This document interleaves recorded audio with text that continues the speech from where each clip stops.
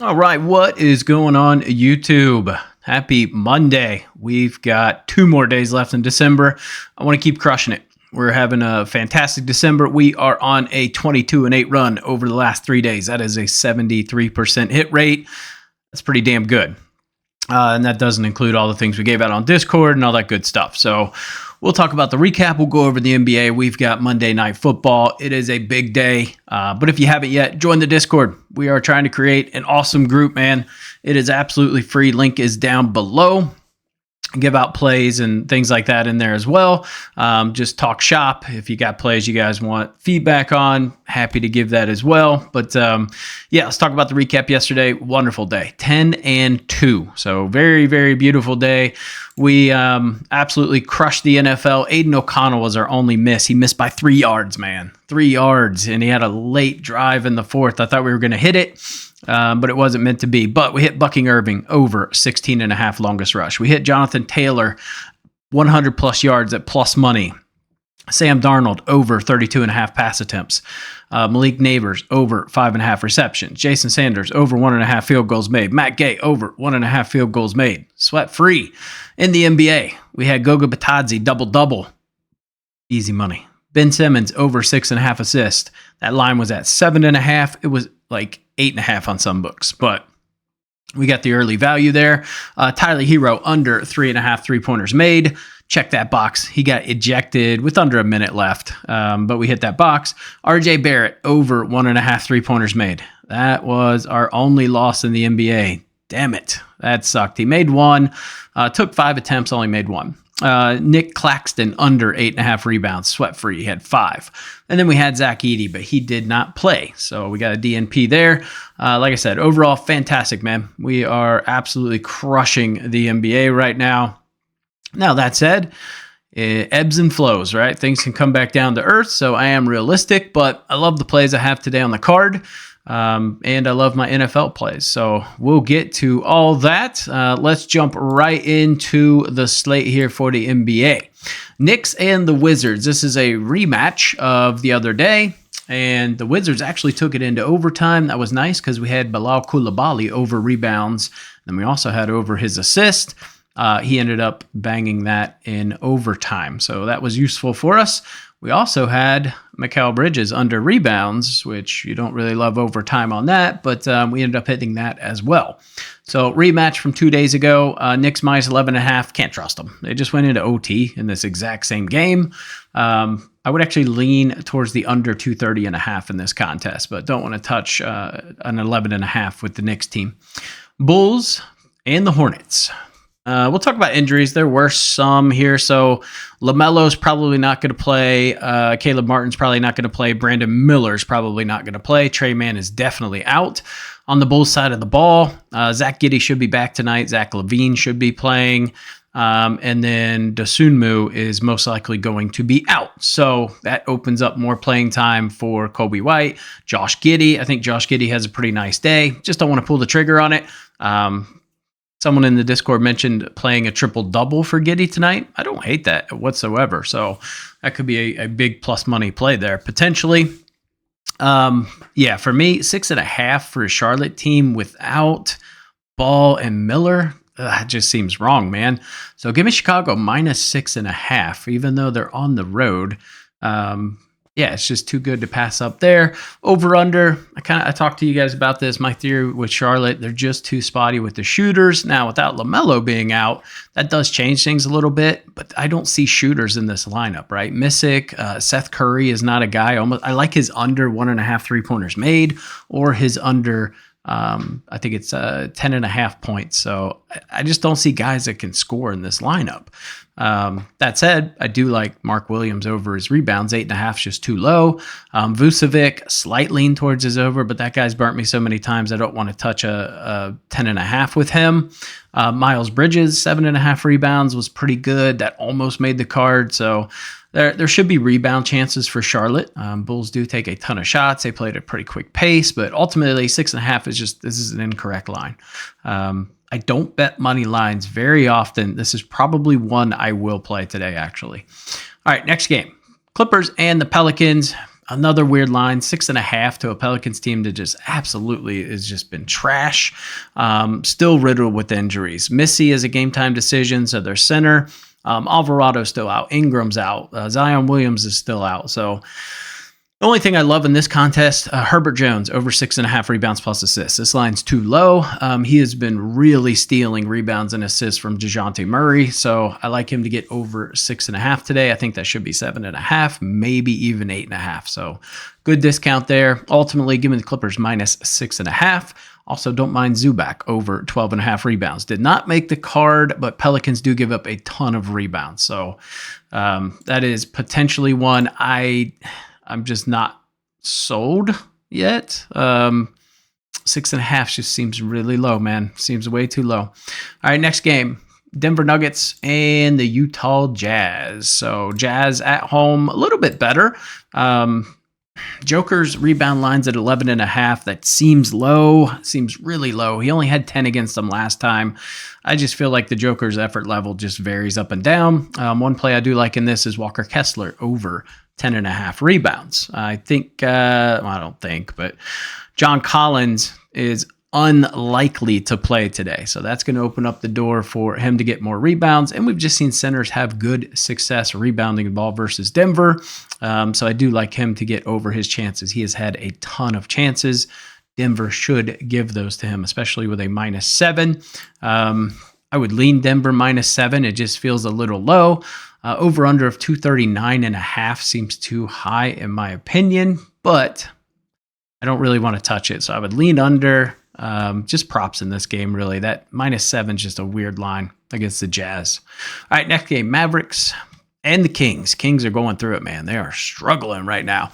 So no Luka still. They have PJ Washington in the lineup. I don't know if he is appealing his suspension.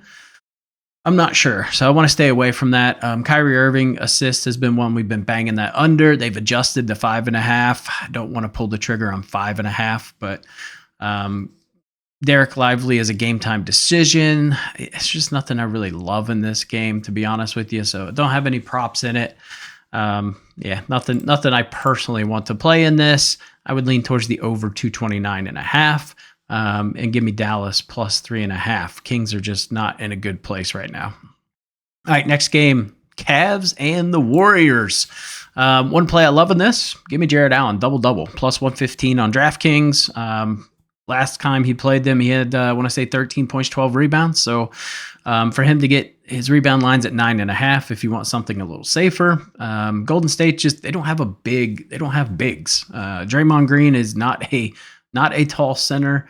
I just don't like the way they look right now. I mean, Trace Jackson Davis isn't a very big guy. Jonathan Kuminga. I mean, all the guys they use underneath are very, very small.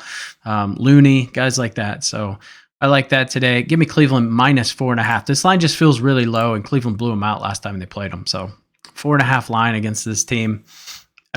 It just doesn't make sense to me. I mean, no Gary Payton, no Podziemski, although I hate Podziemski, so that's not a huge loss.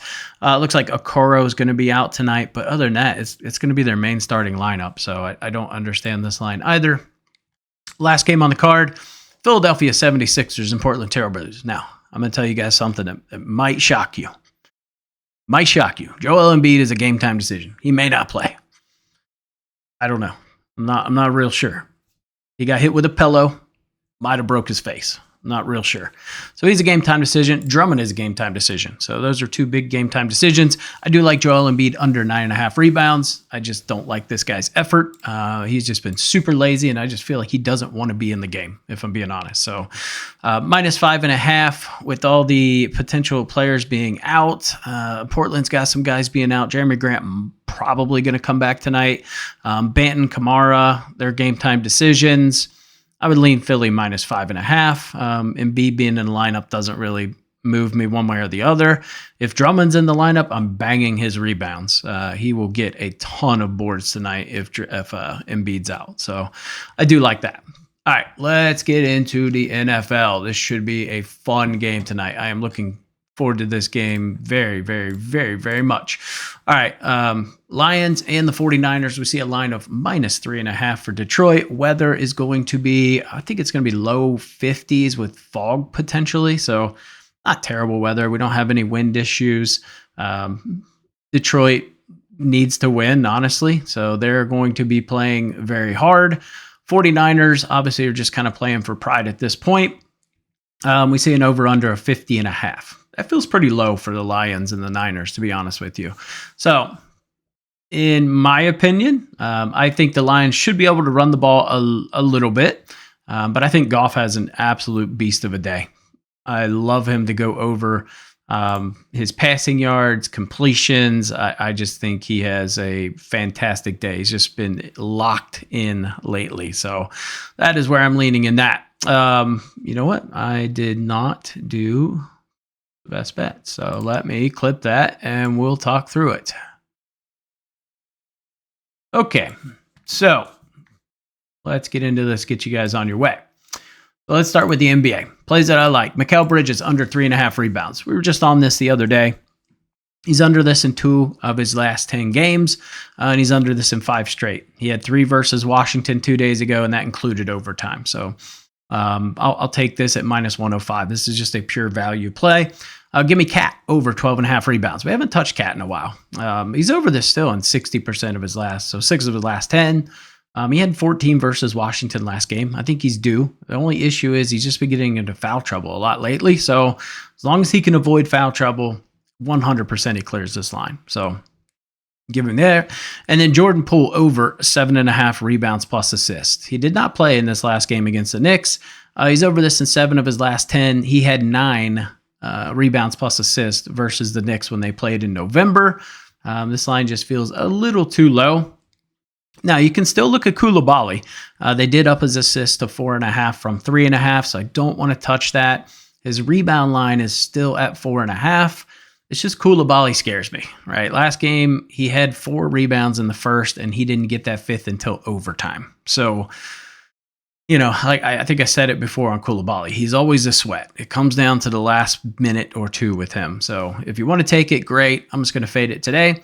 Joel Embiid under 9.5 rebounds. He's only cleared this line in 2 of his last 10 games. He's been under this in 5 straight. Portland is 8th in rebounds to the center position. He's only over this in 1 of 3 versus Portland. So give me his under 9.5. I think he's just half-assed lazy and doesn't put any effort into playing. So if he plays, game time decision. So just know that going in.